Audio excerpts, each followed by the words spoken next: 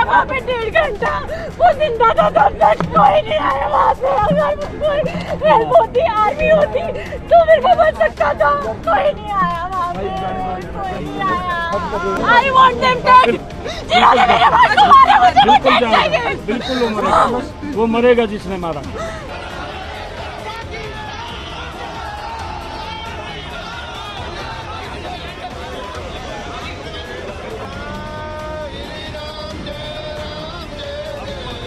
जिसने मेरे भाई को मारा मुझे उसका सिर चाहिए। चिल्ला चिल्ला के एक बहन अपने भाई के लिए इंसाफ मांग रही है। चिल्ला चिल्ला कर बता रही है कि अगर सेना होती तो मेरे भाई को बचा सकती थी, लेकिन किसी ने उसकी मदद नहीं की। भारतीय नौसेना के अधिकारी विनय नरवाल की बहन ने ये गुहार हरियाणा के सीएम नायाब सिंह सैनी के सामने लगाई है। विनय नरवाल वही हैं जिन्हें पहलगाम में आतंकियों ने गोली मार दी थी। दरअसल मंगलवार को भारतीय नौसेना के अधिकारी के पैतृक स्थान पर अंतिम संस्कार किया गया, जिसमें हरियाणा के मुख्यमंत्री नायाब सिंह सैनी भी पहुंचे थे। अंतिम संस्कार के वक्त ही विनय नरवाल की बहन ने सीएम सैनी से बड़ी मांग कर डाली। विनय नरवाल की बहन ने कहा कि जिसने मेरे भाई को मारा उसका सिर चाहिए। भारतीय नौसेना के अधिकारी विनय नरवाल की बहन ने सीएम नायाब सिंह सैनी के सामने गुहार लगाते हुए कहा, कोई नहीं आया वहाँ पे 1.5 घंटा, वो जिंदा था तब तक कोई नहीं आया वहाँ पे। अगर कोई हेल्प होती, आर्मी होती तो फिर वो बच सकता था, कोई नहीं आया वहाँ पे, कोई नहीं आया। I want them dead।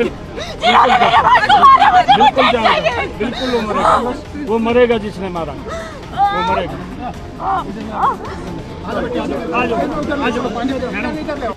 एक बहन की गुहार सुनते ही सीएम सैनी ने भी आश्वासन दे दिया, किसी भी आतंकी को छोड़ा नहीं जाएगा और भारतीय नौसेना के अधिकारी और पूरे परिवार को इंसाफ जरूर मिलेगा।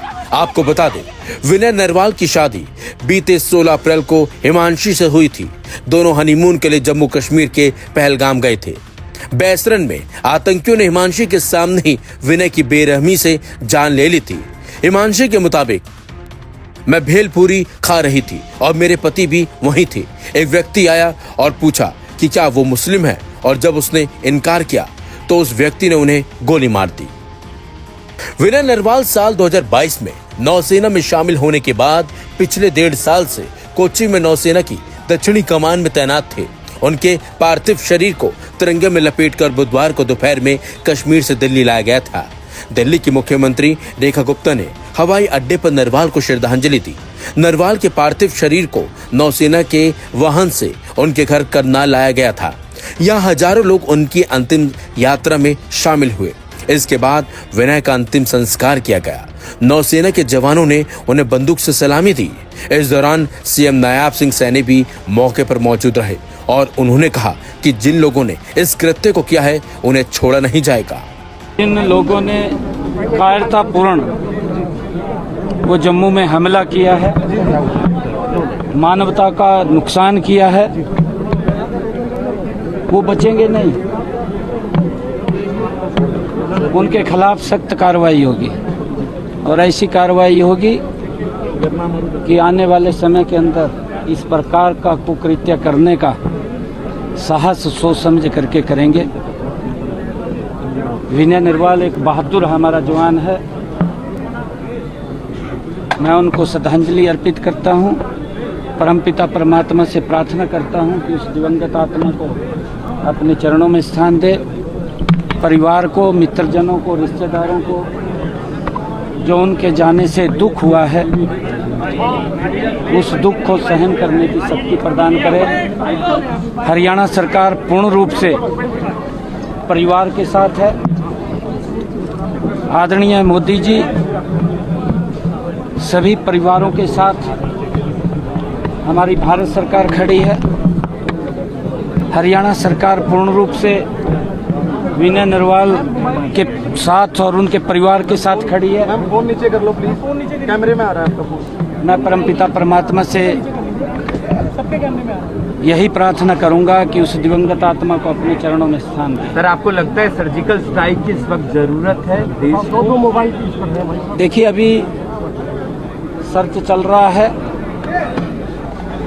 जिन लोगों ने इस घटना को अंजाम दिया है उसके पीछे कौन लोग हैं और किन की वो इतनी बड़ी घटना को अंजाम देने की जरूरत हुई है, जल्दी ही उसका पर्दाफाश। के तमाम स्थानीय लोगों को कोई संदेश देना चाहेंगे उनके कारोबार पर असर पड़ता है, पर्यटक ना जाएं, ऐसा उनको कुछ मैसेज देना चाहेंगे? ऐसा कुछ नहीं है। देखिए, क्योंकि अब ये ऐसा विषय नहीं है, क्योंकि आदरणीय मोदी जी चाहते हैं कि देश आगे बढ़े, परंतु कुछ बैड एलिमेंट्स जिनके दिमाग के अंदर भूस भरा हुआ है वो नहीं चाहते कि ये भारत आगे बढ़े, क्योंकि लाखों की संख्या में लोग जम्मू कश्मीर के अंदर जाते हैं और किस प्रकार से वहाँ पर सैलानियों के ऊपर गोलियां चला करके उनको मौत के घाट उतार दिया। वो अपने मंसूबों में पूरे नहीं होंगे, उनके खिलाफ सख्त कार्रवाई होगी। सर, अमरनाथ की यात्रा है, वैष्णो देवी की यात्रा है और नहीं, वो चलेंगी यात्राएं, उनके ऊपर कोई असर नहीं पड़ेगा। लोगों में डर ना बैठे सर? नहीं, डर तो उनके अंदर बैठेगा जो इस प्रकार के काम कर रहे हैं, उन लोगों के अंदर डर बैठेगा। जल्द जवाब दिया जाएगा सर? बिल्कुल जवाब मिलेगा। परिवार के लिए क्या कहा बेटी ने, या बात रखी है आपके साथ? नहीं, बेटी ने कहा है कि जस्टिस मिलना चाहिए, क्योंकि वहाँ पर कोई जब इस प्रकार का वहाँ पर गोलीबारी हुई तो कोई नज़दीक नहीं लगा। 1 घंटे तक वो बिटिया को मैं उसको जो बहादुरी से वहाँ बैठी रही उस मैदान के अंदर, उस गोलियों के बीच में, और वो अकेली वहाँ डटी रही, मैं उसको साधुवाद देता हूँ। परंतु जिस प्रकार से वहाँ पर तांडव हुआ है उसका जवाब अवश्य उन लोगों को मिलेगा। इसके अलावा अनिल विज ने क्या कुछ कहा वो भी सुनिए। देखिए, बहुत दुखदाई घटना है, पर मैं ये बताना चाहता हूँ कि ये अब नरेंद्र मोदी का भारत है।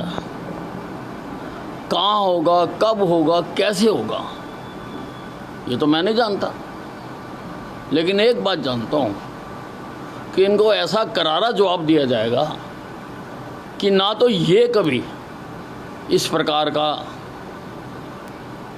करने का साहस कर सकेंगे, ना इनको भेजने वाले कभी इसके बारे में सोच भी सकेंगे।